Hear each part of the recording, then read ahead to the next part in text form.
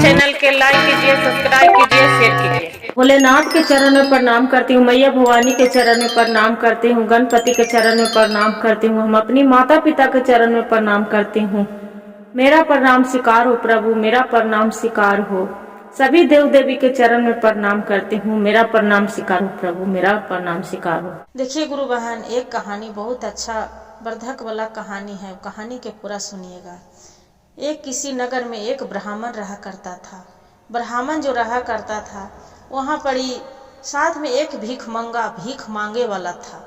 भीख मांगे वाला रोज भीख मांग मांग के बेचारा खाता था, बहुत गरीब था। जो भीख मांग के लाता था तो खाता था, और न तो उसका घर में चूल्हा नहीं जलता था।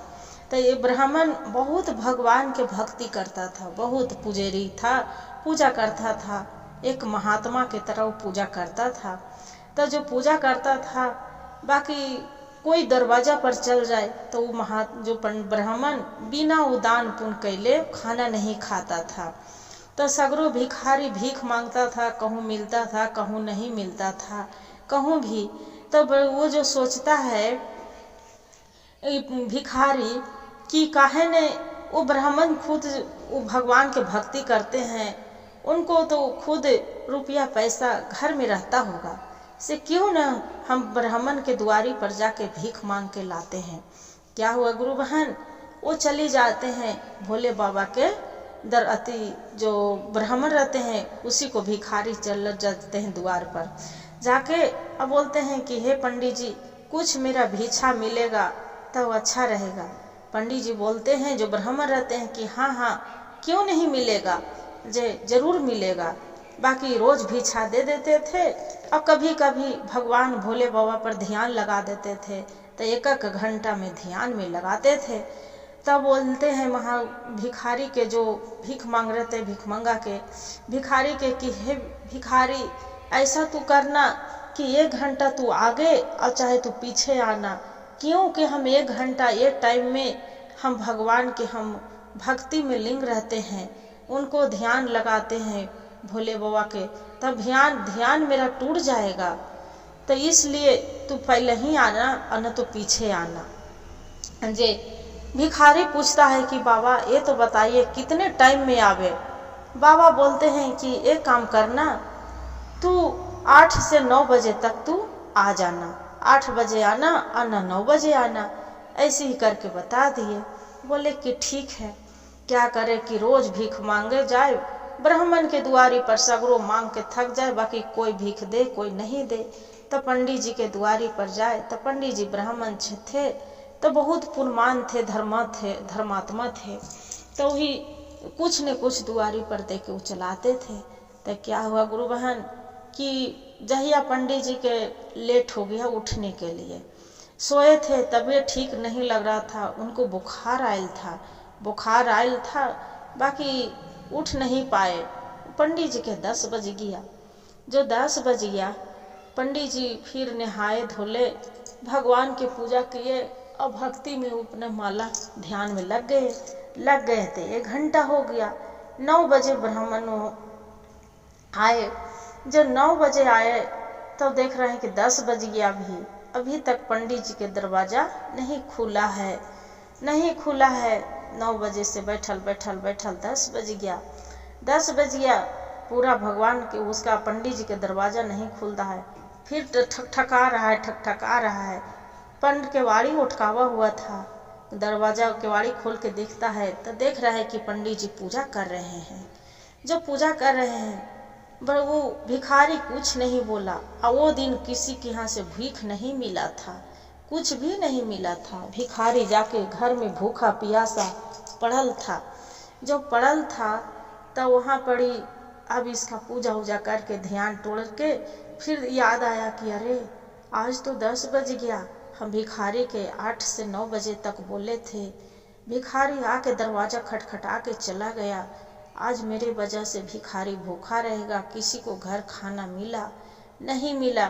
फिर प्रभु के ध्यान लगाते हैं कि भोलेनाथ के पंडित कि हे भोलेनाथ, हे शिव शंभु, आप ही को जो भक्ति में हम लीन रह गए हैं प्रभु, आप ही में ध्यान में, बाकी मेरा वजह से एक भिखारी कोई भूखा रहेगा, दुआरी पर से लौट के चला गया, उसका हम कैसे निर्वाह करेंगे प्रभु? उसका आप जाके कैसे करिएगा प्रभु? उसका आप कृपा करिए, दया करिए प्रभु। मेरा रोज विनती करते हैं, आज मेरा पुकार सुन लीजिए प्रभु, हे भोलेनाथ। क्या हुआ गुरु बहन, भगवान इतना जो विनती करता है ब्राह्मण, विनती करने के बाद भगवान भोलेनाथ कैलाश पर्वत पर अपना ध्यान में लगे रहते हैं। तो देख रहे हैं कि एक भिखारी वो ब्राह्मण के द्वारी पर से आ गया है, उसका कुछ नहीं मिला है। आज पूरा मांग के थक गया है, कन्हू कुछ नहीं मिला है। वो एकदम गरीब है, एक टूटा फूटा एक झोपड़ी में रहने वाले हैं। अब भगवान जो पुकार सुनते हैं, एक पार्वती के वहाँ से फिर अपना झोली लेके पार्वती के बोलते हैं कि हे पार्वती, हम आ रहे हैं धरती लोक पर से आ रहे हैं, कोई शिष्या मेरा इंतजार कर रहे हैं, उनको से आज दर्शन करना बहुत जरूरी है। पार्वती बोलते हैं कि क्या हुआ प्रभु, आज इतना बकायल क्यों है, क्या हो गया? बोलते हैं कि हे प्रिय आप देख लो ध्यान से, खुद देखो। पार्वती भी देखते हैं कि हाँ स्वामी, ये तो भूख के मारे छटपटा रहा है, से जाइए स्वामी, आप जरूर इनको दया करिए, मदद करिए कुछ हो। भोलेनाथ अपना झोली लेते हैं और झोली लेके वहाँ से एक ब्राह्मण के रूप में वहाँ आ जाते हैं। भिखारी के जाके दुआरी पर जाते हैं कि कोई है बच्चा। बोलते हैं कि अरे बाबा, आपको तो कि हम पूजा में लगे थे और तू चला आया। वो भिखारी बोलता है कि बाबा आप 8 से 9 बजे तक बुलाए थे बाबा, आज आपको तो हाँ मेरा थोड़ा तबीयत ठीक नहीं था, इसी के चलते थोड़ा लेट हो गया था। अब लेट हो गया, अब क्या करें जी। बोलते हैं कि ठीक है बाबा, कोई बात नहीं। बोलते हैं पंडित जो भोलेनाथ रूप में कि हे काम करो बच्चा, क्या करना कि देखो इसमें कुछ पैसा है और चावल है, चावल के बना के खा लो अभी। ये फूल है बेलपत्तर, ये जो भगवान के तू आस्था रखा है, पूजा करता है। बोले भिखारी कि हाँ बाबा, तो किसका पूजा करता है? तो एक देखिए भोले बाबा के फोटो है, एक माता रानी के, दोनों के पूजा करती हूँ, दोनों पर फूल बेलपत्तर चढ़ाते हैं। तो ये काम करना, ये फूल चढ़ा देना, बेलपत्तर तू रखे रहना, बेलपत्तर तू रखे रहना, और एक बेलपत्तर तू भगवान पर जाके चढ़ा के और तू वही रख के वही तू विनती करना और तू देखना क्या हुआ गुरु बहन। उतना बाबा दे के चली गए। जब चली गए तो देख रहा है कि रात्रि में सोया, भगवान पर फूल बेलपत्तर चढ़ा दिए और चढ़ा के और देख रहा है कि खाना जो चावल था भिखारी खाया पिया और आराम से रात्रि बीत गया, सो गया। अब वहाँ देख रहा है कि कोठा महल एकदम पूरा बनल है, जो बनल है। फिर भगवान से प्रार्थना, फिर ब्राह्मण के द्वारे पर जाता है कि पंडित जी आप कितना धन दौलत, आप कितना दे दिए रुपया पैसा कि मेरे तो पूरा एकदम कोठा अटारी सब बन गया। पंडित जी सोचते हैं कि अरे ये ब्राह्मण के तो हम कुछ दिए ही नहीं, अरे लग रहे हैं कि छाते छात भोलेनाथ है।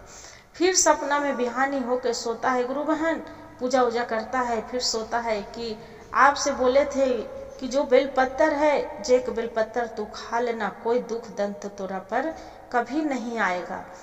और पूजा पर तू भोले बाबा से ध्यान भजन करना, चर्चा करना और करवाना, और न है तो तू अपना घर बसा लो। भिखारी बोलता है कि हे प्रभु, मेरा तो आधा उम्र बीत गया है, मेरा भेजुन कौन लड़की देगा, कौन शादी करेगा, किसके उम्र बिताऊंगी प्रभु। जे ऐसा करिए कि मेरा बुढ़ापा से जवानी में बदल दीजिए प्रभु, तो मेरा कि कोई लड़की भी आ सकते हैं। क्या हुआ, भोले बाबा के कृपा राख छिटे और ओकरा पर बुढ़ापा से शरीर कंचन एकदम अच्छा सुंदर सा लड़का बन गया। जो लड़का बन गया भिखारी, मार उस पर कुटुम शादी हो गया। अब बढ़िया से दोनों पति पत्नी एक भिखारी नया कुशल जीवन गुरु बहन बिताने लगे। तो देखिए गुरु बहन कौन रूप में कखनी भगवान आ जाते हैं, एक बूढ़ा के रूप में कि जवान के रूप में कि लड़का के रूप में, कौन रूप में मांग लेते हैं कोई नहीं जानता है। इसलिए कोई दुआरी पर आवे तो उसी को फटकारना नहीं चाहिए। हर हर महादेव, घर घर महादेव। गुरु भाई गुरु बहन, जो मेरा कहानी अच्छा लगे तब वीडियो को एक लाइक और सब्सक्राइब और शेयर जरूर करिएगा। अब हर हर महादेव कमेंट में लिखना ना भूलिएगा दीदी। और कहानी के पूरा सुनिएगा, तब आपको ज्ञान होगा, अधूरे में ज्ञान नहीं होगा। कुछ